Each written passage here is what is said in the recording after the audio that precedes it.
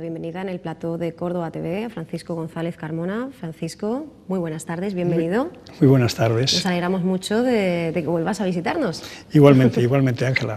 Francisco, como nuestros espectadores saben, es el presidente de la Asociación de Psiquiatría de Córdoba, doctor en medicina, psiquiatra del Hospital de la Cruz Roja de nuestra ciudad. Francisco, volvemos a abordar una de esas cuestiones que nos afectan, nos atañen pues a todos, cualquiera que se queden aquí los próximos minutos van a reconocerse, van a sentirse reflejados, ¿no?, en esas historias, en esos testimonios que en esta ocasión, en este caso concreto, van referidos pues al amor, a la locura de amor, a esos trastornos que pueden derivar del amor. Escribía Sor Juana Inés de la Cruz aquello de este amoroso tormento que en mi corazón se ve, sé que lo siento y no sé la causa por qué lo siento. Creo que todavía estamos buscando respuestas a esa pregunta. Y Santa Teresa decía también eso de que muero porque no muero. Efectivamente. Es decir, esperaba morir para llegar al cielo y encontrarse con su amado, que era Cristo, ¿no? Y el hecho de no morir hacía que muriera. Bien, muchas gracias por esta entrada tan interesante. Pero dos cosas. Sigo siendo el psiquiatra en el Hospital de la Cruz Roja. Sigo siendo psiquiatra, claro, pero ya no soy el presidente de la asociación. Bueno, ha habido Después un cambio. de 14 años, pues ya he logrado que un relevo, que es una médico, además es una mujer, ¿no? Con lo cual estoy encantado, es Teresa, que es psiquiatra en Écija y excelente compañera y excelente psiquiatra. Por lo tanto, estoy encantado ya, después de un largo proyecto. Ya no soy el presidente, pero bueno, presidente. Lo ha sido durante muchísimos años, hasta tiempo, hace nada. Durante muchísimo bueno, tiempo. Pues Francisco, como decíamos, hoy hablamos del amor. Ya hemos utilizado algunas de esos acercamientos, ¿no?, por parte de la literatura, de la quinta esencia de la literatura, por parte de la lírica, y es que nos preguntamos hasta qué punto lo hacemos en las coordenadas de la figura retórica, de la hipérbole, y en qué momento realmente podemos sentirnos presos de un sentimiento que nos pueda llevar hasta el extremo existencial, hasta la propia muerte. Claro, habría que comenzar por decir qué es el amor, ¿no? Claro, vamos a redefinir, porque hablamos muy a menudo de este sentimiento, como emoción, pero quizá habría que volver a acercarse, ¿no? La cuestión de la psiquiatría, cuando hablamos, es que hablamos de temas que nos interesan a todos y que además todos podemos haber percibido alguna vez, o por lo menos en nuestros familiares próximos. Sí. Cuando hablamos de la depresión, por ejemplo, pues es algo que todos hemos vivido alguna vez, ¿no? O la ansiedad, o la bipolaridad, yo qué sé, o el estar pues excesivamente alegre o excesivamente triste. Cuando hablamos del amor también es un sentimiento y por lo tanto está dentro del cerebro. El amor no tiene que ver nada con la cuestión de la genitalidad. Son cuestiones completamente distintas, aunque a veces vayan juntos, ¿no?, sexualidad y amor. Pero ¿cómo se define desde un punto de vista de la psiquiatría el amor? Pues es una enfermedad. De entrada, ¿no? Parece mentira, pero en principio parece que sí. ¿Por qué es esto? Bueno, porque aparece como una especie de trastorno dentro del cerebro y que al no ser habitual, sino que ser excepcional, pues se considera como algo raro. Claro, en psiquiatría, como en la vida misma, ¿no? ¿Qué es normal? Pues normal es lo que abunda. Lo que ocurre que en el amor, que evidentemente es una enfermedad, es un desorden psicológico. Aparece un juego hormonal y de sustancia, que veremos luego, si da tiempo, en el cual, bueno, pues el enamorado o la enamorada, pues se encuentra, es distinto, para uno y para otros. Siempre hablamos de que hombres y mujeres no somos distintas físicamente, sino que tenemos desde el tercer o cuarto mes que estamos dentro de la barriga de la mamá, pues ya aparece una hormonización cerebral. En las mujeres hay unas hormonas en el cerebro y en el hombre hay otras hormonas en el cerebro que hace que seamos distintos. Es decir, que ante la misma situación percibimos las cosas de diferente manera. Es decir, hacemos una interpretación distinta. Claro, entonces eso hace que seamos un poco diferentes. Por lo tanto, mujer y hombre percibimos el amor de diferente manera. Se suele decir aquello de que los hombres se enamoran por la vista y las mujeres por el oído, ¿no? No sé, a ver, otra vez, que no me he enterado muy bien. Se suele decir habitualmente que los hombres se enamoran por la vista y las mujeres a través del oído. Sea o no exacta o cierta esa apreciación, si nos habla un poco de ese eterno tópico de los hombres vienen de un planeta y las mujeres de otro, ¿no? Los hombres de Marte y las mujeres de Venus. Sí, hay un libro además respecto a esto, ¿no? Y bueno, yo te digo una chuleta para que no se me olviden cosas, es decir, pues algunos apuntes que es mucho más más interesante para lo que vamos a hablar. En realidad, entre el amado y el amante hay una diferencia. Es decir, el amado es el que se encuentra amado y el amante es el que es más activo, diríamos, ¿no? Entre uno y otro parece ser que la palabra amado, que Dios me perdone por las cosas que voy a decir, habrá gente que esté viendo el programa y que esté más conforme o no, pero bueno, uno dice lo que cree que puede funcionar. Y no nos referimos nunca a nadie en concreto, sino en general, ¿no? Parece ser que los amantes son como más varones, mientras que las amadas o los amados son como más femeninos. Es decir, hay un papel que es más activo y otro que es más pasivo. Muchas veces entramos en bares o en discotecas o cosas de estas, ¿no? Y los chicos, miran, yo en las consultas de psiquiatría a veces pues le preguntamos a las chicas, oye, pero ¿tú te encuentras bien? Sí, estoy un poco triste, tal y demás. ¿Y tu autoestima? Dice, está muy mal. Digo, ¿te mira la gente por la calle, los chicos? Y me dice, bueno, los chicos que miran todo. Es verdad. Los chicos miran todo. Con lo cual, bueno, pues parece ser que tienen como una mayor capacidad o posibilidades para decir, bueno, mira, aquí caiga quien caiga está bien. En cambio, las chicas son como más selectivas, ¿no? Y de hecho sufren por no sentirse exclusivas, ¿no? Es que miran a todas, entonces no tiene mérito que me miren a mí. Claro, lo que quiero es que me mire aquel. Claro. Y aquel que no me mira, pues ni se entera que ella está allí, pero ella sufre por aquel, que lo que quiere es que le mire, pero no puede hacer nada. Es como una especie de hermosísima flor que está parada y que lo que espera es que la abeja llegue allí a donde ella está, ¿no? Por lo tanto, los papeles son un poco como distintos. El hombre sería como más activo y la mujer como más pasiva. Eso no quiere decir nada, ¿no? Quiere decir que a lo mejor esto es como funciona, claro. Y yo creo que tú estarías conforme en esta es decir, realmente, pues yo lo veo un poco desde mi punto de vista, pero ¿cómo lo veis vosotras? Bueno, yo creo que hay una serie de roles que efectivamente se siguen manteniendo y solo hay que ver lo que sucede, ¿no? Por ejemplo, un bar de copas, cómo se siguen produciendo esos acercamientos. Suelen ser los chicos los que hacen la avanzadilla y ellas las que siguen esperando, ¿no? a que llegue, sí, esa persona que me ha elegido a mí. Y además yo pues también valoraré, ¿no? O analizaré si he sido la elegida o si soy una más, ¿no? de esa masa de mujeres. Claro. Algunos chicos dicen, mira, yo entro en un bar de copas, ¿no? Y digo, bueno, empiezo a preguntarle, busco 10 chicas, ¿no? Y le pregunto a la primera, oye, tal, y entonces, bueno, pues tal, dice, ¿alguna de las 10? Me dice que sí.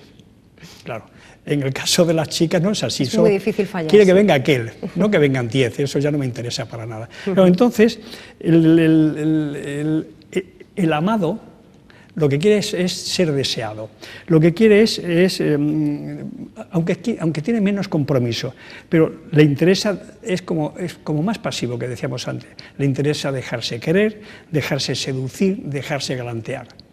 El amante es otra cosa, es el más activo, es el que busca más, el que es más directo, ¿no? Y hay además también una relación importante. El amado siempre es más joven que el amante. Estoy haciendo bien la diferenciación, ¿eh? El amante siempre es mayor, suele ser hombre.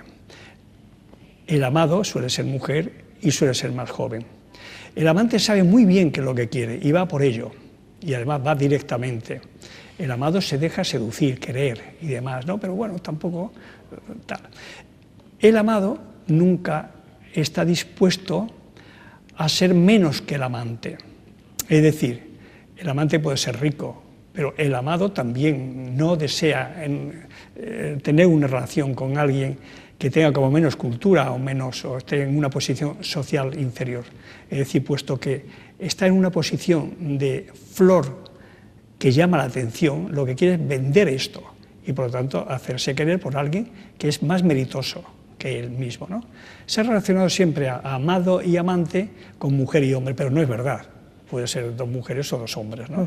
De hecho, ya en la Grecia clásica, cuando se habla de Eros, que es el Cupido romano, siempre vamos a parar a los griegos, ¿no? Y no sé por qué, pues son nuestros antecesores. Cuando se habla de Eros, que es el Cupido romano, pues él se relaciona más, o se relaciona en algún tiempo en Grecia con el amor entre hombres. No era verdad, además el amor entre hombres no es la misma impresión que tenemos ahora con el amor entre hombres, que sería como muy sexual. Cuando habla Platón o Eurípides sobre el amor entre hombres, es un concepto completamente distinto al que tenemos ahora. Y bueno, pues este tipo de relaciones pues funciona así. ¿Qué es lo que ocurre cuando, al parecer, qué es el flechazo, ¿no? Que nos hemos preguntado siempre? Pues era una pregunta de las que me tenía ya preparadas ahí para dispararme, ¿no?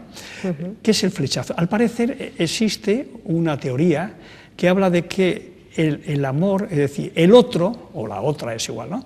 Es algo que ya se construye. Es una especie de horma, ¿no?, que se va prefijando, decía el sexólogo John Money, que entre los 5 y los 8 años, a partir de recuerdos, vivencias y las pequeñas experiencias, ¿no?, de nuestra todavía corta vida, vamos forjando una especie de molde al que queremos que se adapte esa persona, y en la medida que encaje mejor o peor, pues estaremos, ¿no?, más o menos cerca. De acuerdo a la vivencia que hemos tenido desde que nacemos hasta, y al parecer entre los 5 y los 9 años más, ¿no? Es decir, ahí ya se fabrica un molde, de acuerdo a los padres que tenemos, primos, de lo que hemos visto en películas, cine, lo que hemos imaginado, tal y demás, ¿no? De tal forma que esa imagen que ya está construida entre los 5 años y los 9 años, parece que es así, es fantástico, ¿no? Entonces, pues de pronto aparece alguien que coincide con esa imagen, que es un chico, y te quedas con la boca abierta, ¿no?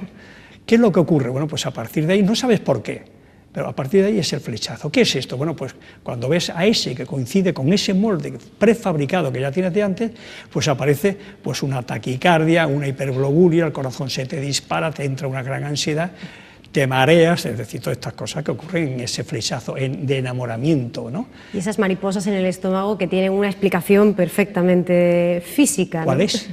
La explicación para no la muchas conozco. personas es una especie de, bueno, para muchos especialistas, esa especie de suerte de electricidad derivada de una especie de descarga emocional, de una experiencia tan intensa que hace que el cuerpo, y eso yo creo que lo hemos vivido mucho, Francisco, no sé si puede ser un caso del que nos puedas hablar, alguno de ellos, cuando al cabo de los años nos reencontramos con ese antiguo amor de la adolescencia o incluso de la infancia, volvemos a sentir lo mismo. Y para nada está ahí esa emoción ya, pero nuestro cuerpo tiene memoria y vuelve a experimentar pues el mismo encontronazo que habría tenido quizá pues en la puerta del instituto en su día. O sea que se queda grabado en nosotros. Sí, sí, fantástico, es verdad, porque es que el amor al final lo que crea, hay una bioquímica del amor, ¿no? Se descarga una fenilalanina, que es una especie de una anfetamina. Se descarga oxitocina, hormonas, que lo que hacen es que el corazón pues acelera, la tensión sube y todo esto, ¿no? Y eso es una especie de adicción, y sobre todo entra en marcha la dopamina, que es donde está el centro de los placeres, el centro de lo que deseo. Cualquier cosa en este mundo que produce placer o quita el dolor, quiere volver a repetirlo. Eso está en la dopamina, en el centro de la dopamina. Entonces, claro, cuando has tenido un amor, eso del instituto, como tú acabas de decir, ¿no? Y se olvida por el motivo que sea, porque tú te marchas a otra ciudad, o él se marcha, en fin, cosas de estas, y te lo vuelves a encontrar, pues aparece eso que aparece en cualquier tipo de adicción. Se pone en marcha otra vez la dopamina y te recuerda aquel placer y aquella sensación impresionante que tenías cuando tenías 13 o 14 años, y no se olvida nunca. Además, las primeras impresiones no se olvidan, es decir, los primeros amores parece que quedan ahí, un poco como... Esto es como cuando entras en una casa y dices, qué bien huele, a lo mejor lo que huele es al cocido de la mamá que te ponía cuando tú tenías 3 años, que ya lo habías olvidado, pero queda dentro de la cabeza, ¿no? Lo que tú acabas de decir es fantástico, porque es verdad.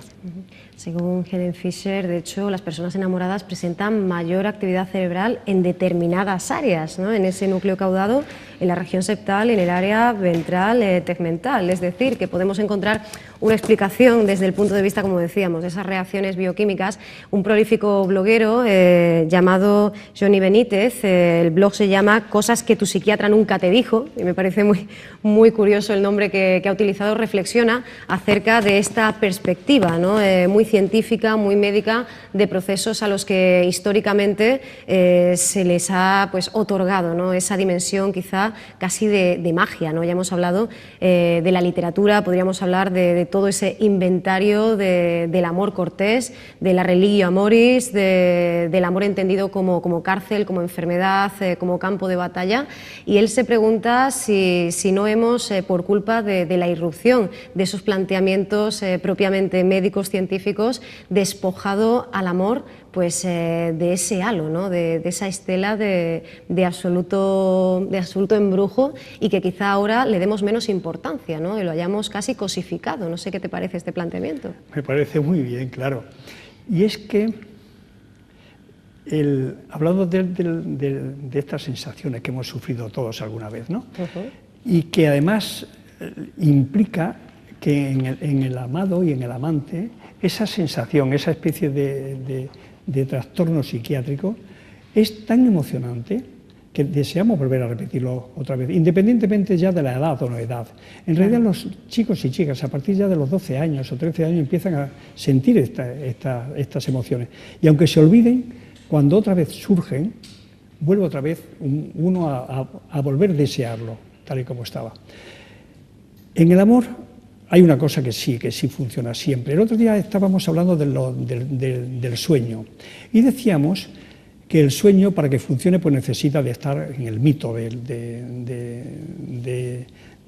dios del sueño de Hipnos.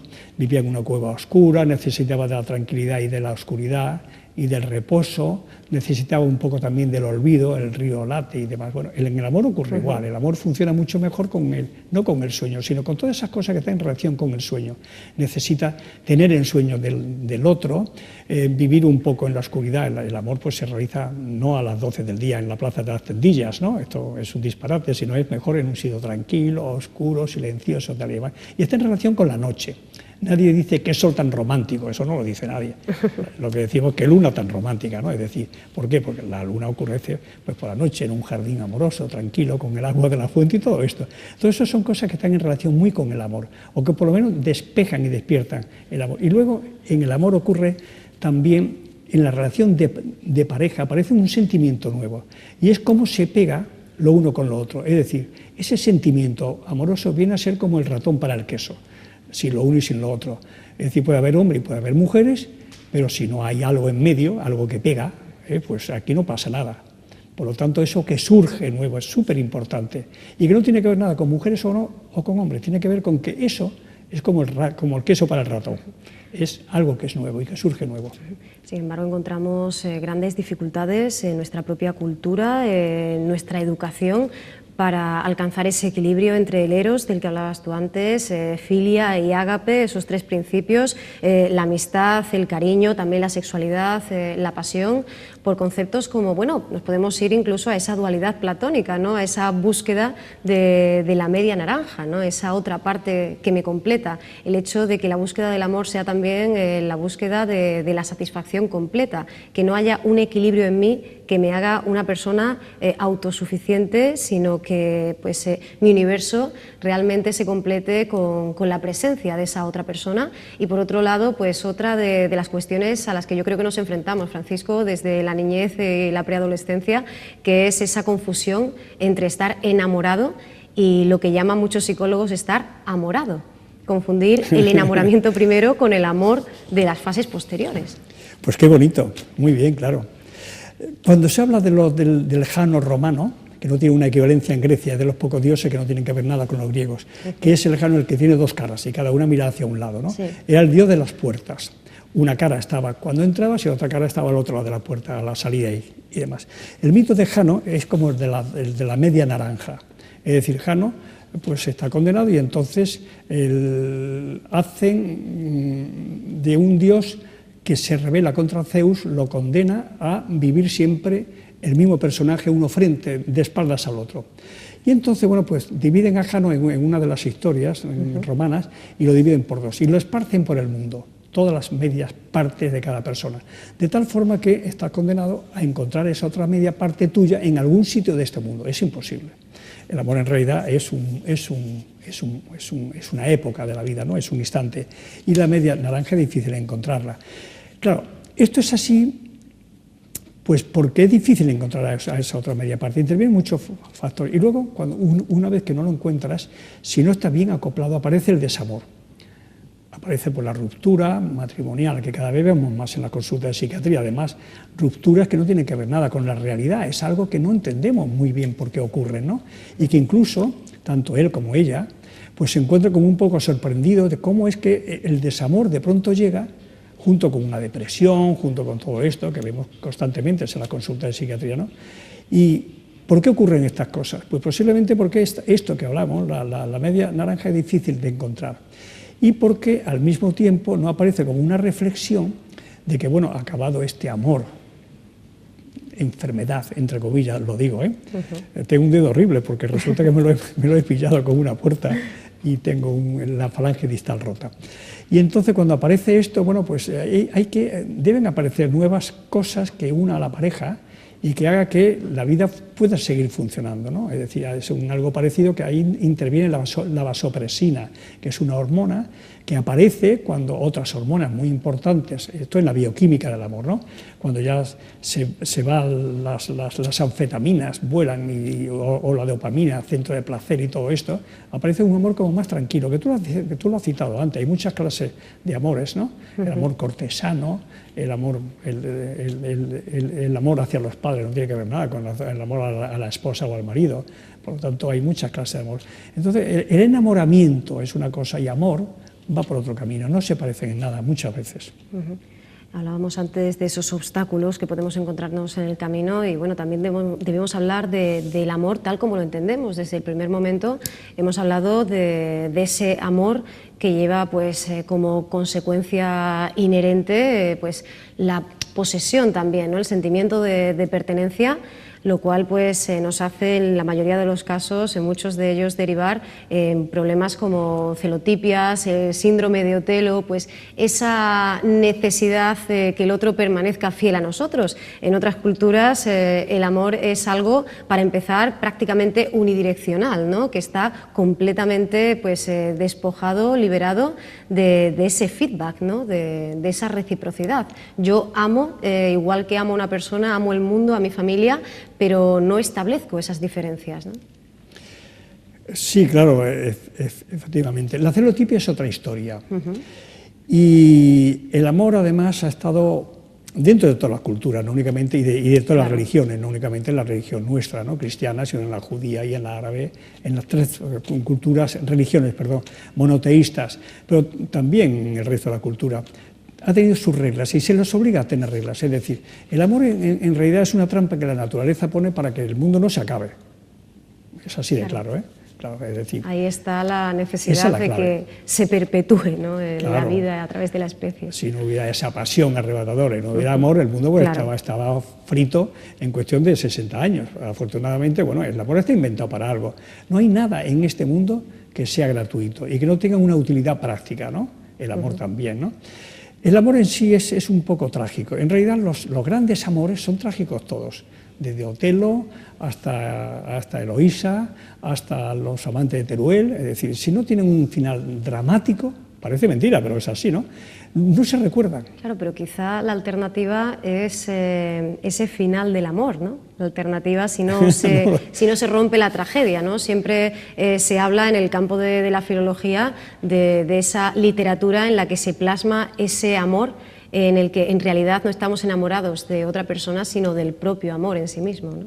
Esa cárcel de amor. Claro, es decir, ¿a quién quiero? ¿Quiero al otro o me quiero a mí mismo, reflejado en el otro, ¿no? Claro. Bueno, al final todo es una trampa para que el mundo pues no se acabe, es decir, entonces el amor en sí mismo también tiene sus reglas y demás, ¿no? Reglas que son, es decir, bien, ya estás enamorado, entras en la casa, etcétera, ¿no? Ahora parece ser que cada vez menos, pero al final es igual todo, ¿eh?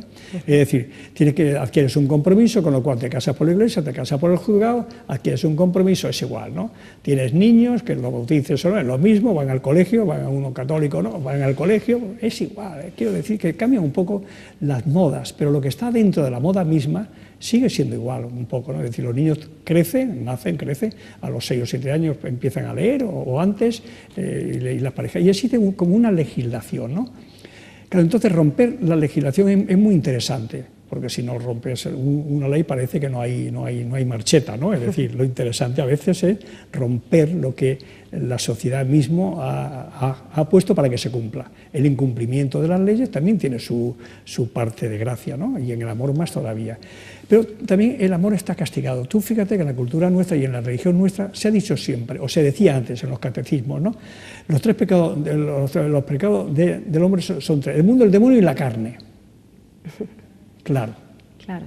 Qué bien, ¿no? Es decir, siempre ha habido como una especie de hacia la mujer, ¿no? Que era la generadora de hijos. A los hombres siempre le ha sorprendido y han envidiado esta capacidad, ¿no? No pueden tener hijos los hombres, las mujeres sí. Siempre han sido discutidas, ¿no? Hasta hace poco, hasta hace unos 200 años, pues las mujeres, ¿cómo se quedaban embarazadas? Pues no sé, pues era un mal de ojo o habían comido algo y tal y demás. No, pues no se relacionaba la relación sexual, no tenía una relación con hijos. Eran cosas que ocurrían y que nadie sabía cómo. Por lo tanto, pues se rezaban a San Antonio para tener hijos, tal y demás, ¿no? Entonces, todas estas cosas han hecho que hacia la mujer haya siempre, incluso ahora, como una especie de amor, de recelo, de no saber con quién nos jugamos los cuartos, ¿no? Hombres y mujeres somos distintos. Los hombres son mucho más sencillos, tienen una sola hormona, que la tienen desde que nacen hasta que se mueren. Y las mujeres tienen muchas hormonas, cada mes 3 o 4, con lo cual pues aparece como un jaleo de emociones entre los cuales está el amor. Claro. Y las mujeres pues se resignan menos que los hombres a ese desamor, a no ser atendidas, a no ser galanteadas, a no ser tenidas en cuenta. Y esto hace que a veces haya como una disrupción en la pareja y en esas relaciones amorosas. Referente a la celotipia, bueno, la celotipia es otra historia que tú decías ahora, ¿no? Claro. ¿Qué son los celos? Los celos aparecen... Sí, estamos, no hay ningún problema, podemos seguir hablando. Yo te hablaba antes efectivamente, bueno, de las celotipias, ese trastorno delirante de tipo celotípico. Podríamos hablar también de esos trastornos adaptativos a los cuales hace referencia la clasificación internacional de las enfermedades, y es que aunque partamos de un sentimiento, entendido como sentimiento o como emoción, que es el amor, fácilmente pues se mantiene ahí, ¿no? Esa espada de Damocles que nos hace que, pues, quizá un paso en una dirección u otra nos pueda hacer incluso enfermar, ¿no? Incluso de verdad. Tú antes hablabas de la enfermedad, entre comillas, que es el amor, pero realmente se nos puede diagnosticar una enfermedad como consecuencia de esa relación amorosa, de una ruptura, de esa dependencia afectiva, de ese amor entendido como sufrimiento del que hablaba Walter Rizzo en su último libro llamado Enamorados o esclavizados. En fin, el amor como una especie de bomba de relojería, ¿no? Que hay que tratar con sumo cuidado. Sí, son los trastornos adaptativos que tú hablabas y la celotipia. Los celos aparecen siempre cuando alguien tiene la impresión de que esto que me pertenece me lo roban. Ya está, es muy sencillo. Esto sirve para el amor, pero también sirve para el trabajo. Es decir, yo en mi trabajo, en mi hospital, pues me dicen, mira, a partir de mañana, pues en tu despacho vendrá otro que no eres tú. Pues me sienta muy mal, ¿eh? Estos son celos, de otra forma, ¿no? Me sienta fatal. Y a ese o a esa que entra en mi despacho, pues si pudiera, me comería el hígado frito, pero bueno, no lo haría nunca, ¿no? Pero bueno, es una forma de hablar, ¿no? Claro, entonces en los celos, pues ocurre igual en los celos, ¿no? La celotipia, en cambio, es otra historia, es esa impresión, es una mala interpretación de una realidad, ¿no? Es decir, yo voy con mi marido, con mi esposa, tal, o con mi pareja, es igual, ¿no? Y mira a otra, entonces, pues yo me encuentro, tengo la impresión de que cuando mira a otra es porque ya no me quiere a mí. Esto no es verdad, pero yo hago una interpretación rara de una realidad que está ocurriendo, que es que este está mirando a otra chica, que es muy guapa además, ¿no? Pero entonces yo hago una mala interpretación y digo, ya no me quiere. Y a partir de ahí empieza todo un conflicto que puede ir a más cada vez, ¿no? Esto en cuanto a los celos, ¿no? En cuanto a los trastornos adaptativos, es verdad, claro, una vez que la pareja está rota, pues ¿cómo me adapto? Es decir, ¿cómo vivo sin la droga que me tenía todo el día pues puesto en la quinta planta? Claro, y es que, bueno, lo decía el doctor Ricardo Castro, que, bueno, él nos habla de necesidades transmitidas por nuestro código genético. Considera que el amor es una emoción que emana de nuestro propio cerebro, con lo cual existimos ya en un hábitat, digamos, propio, en un estado muy concreto del que quizá de repente, o no tan de repente, pero nos saquen y nosotros no estemos dispuestos a dar el paso, ¿no? Que es lo que sucede cuando una relación entra en crisis, ¿no? Cuando esa evolución de las dos personas no ocurre a la par, a la limón, o al menos de la misma manera, de una forma en la que puedan seguir en esa fase siguiente, seguir siendo pues proporcionales, equilibradas y armónicas, ¿no? Es un camino muy largo y muy difícil de recorrer. La pareja, cuando se rompe por ambas partes, es fantástico. Claro, pero no suele ser lo que nos sucede. Eso es la excepción, claro. Claro. Pero cuando él deja de querer a ella y ella a él, y además, tú imagínate que coincide que ambos tienen repuestos, pues eso es fantástico. Bueno, pues oye, adiós, que te vaya bien y se acabó. El problema está cuando es uno el que deja tirado en la cuneta al otro. Ahí empieza un conflicto, ¿no? Y es un conflicto que puede durar muchísimos años. E incluso se puede quedar enquistado y no hay forma de sacarlo. Es decir, aparece evidentemente pues una depresión, es una pérdida de algo. Una pérdida de algo que formaba parte de mi propia vida. Claro, hay un duelo en toda regla. Claro, es un duelo total, claro, es un duelo. Con un trastorno adaptativo, como me adapto a la situación nueva, y es el duelo, que es la pérdida, es la muerte de alguien. Y por eso la doctora Marian Rojas Estapé, en una conferencia, una ponencia que ofrecía en diciembre del año pasado, nos hablaba sobre cómo enamorarse y no morir en el intento, ¿no? Está muy presente la muerte. ¿Cómo desenamorarse sería mejor? Efectivamente, ¿no? Sí. Sí, bueno, no, el amor no se necesita nada para enamorarse. Es cuando surge él o ella, en esto que estábamos hablando ahora, es el flechazo. No sabes por qué, pero es el olor o es algo, es igual, ¿no? Y de pronto surge. Por lo tanto, el problema es el desamor. ¿Cómo te adaptas a esto, no? Y cómo no debes de morir en el intento, o qué hacer para no morir en el intento. Claro, pero enamorarse entraña ese riesgo, ¿no? ¿Qué sucederá cuando la danza termine, no? No siempre termina, ¿eh? Bueno, si termina, si lo hace. Sí termina, claro. Lo bonito del amor es que dura eternamente, siempre y cuando dure eternamente, claro. Si no, pues bueno, pues te tienes que adaptar a la situación nueva. Pero en general, el desamor no es una situación conflictiva, o no debería serlo, y no suele serlo, ¿no? Es decir, es una adaptación lenta y demás, ¿no? El enamoramiento es muy rápido y muy brusco, es como un fuego artificial, es bullicioso, es brillante, ¿no? Escandaloso, digamos, el enamoramiento. El desenamoramiento debería de ser, y es con frecuencia, pues más lento, más tranquilo, y aparece un tipo de amor no tan fulgurante, no tan brillante, no tan escandaloso, pero que funciona muy bien. Y es esa necesidad que se ha dicho siempre, es decir, ¿por qué las parejas continúan viviendo juntas y siguen un poco enamoradas y se quieren perfectamente, ¿no?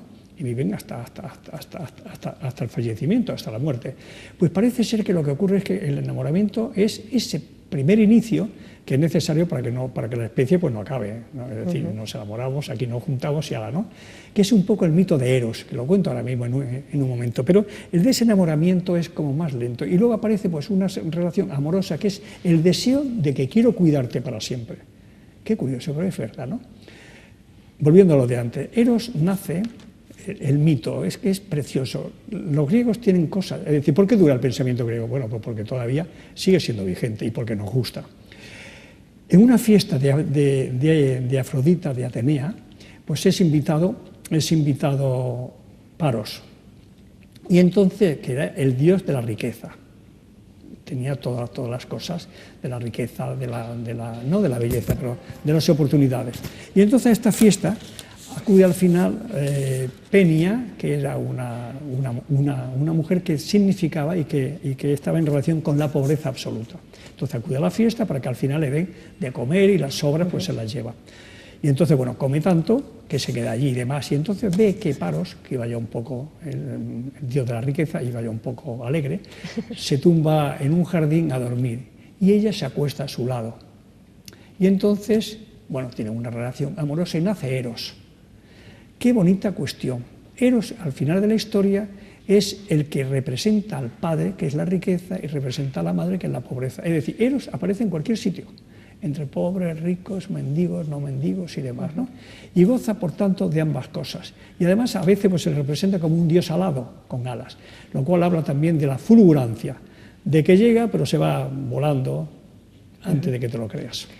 Bueno, pues digamos, quedémonos, ¿no?, con ese verso de Machado, hoy es siempre todavía, y disfrutemos el instante, que pueda ser para siempre, y para aquellos para los que no funcione así, que al menos no les sostenga, ¿no?, el sufrimiento, el dolor, el miedo a qué pasará si tomo el camino de salir de esta relación.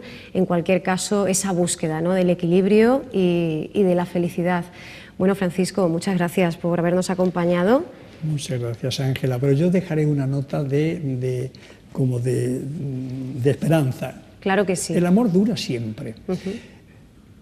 Y basta con que tanto él como ella, los dos, ¿no?, sean inteligentes, si quieren, se sacan las cosas adelante. Claro que sí, hay que encontrar esa armonía y ese equilibrio, claro, ¿no? Es posible. Hay que querer y todo. Hay que tener esa voluntad.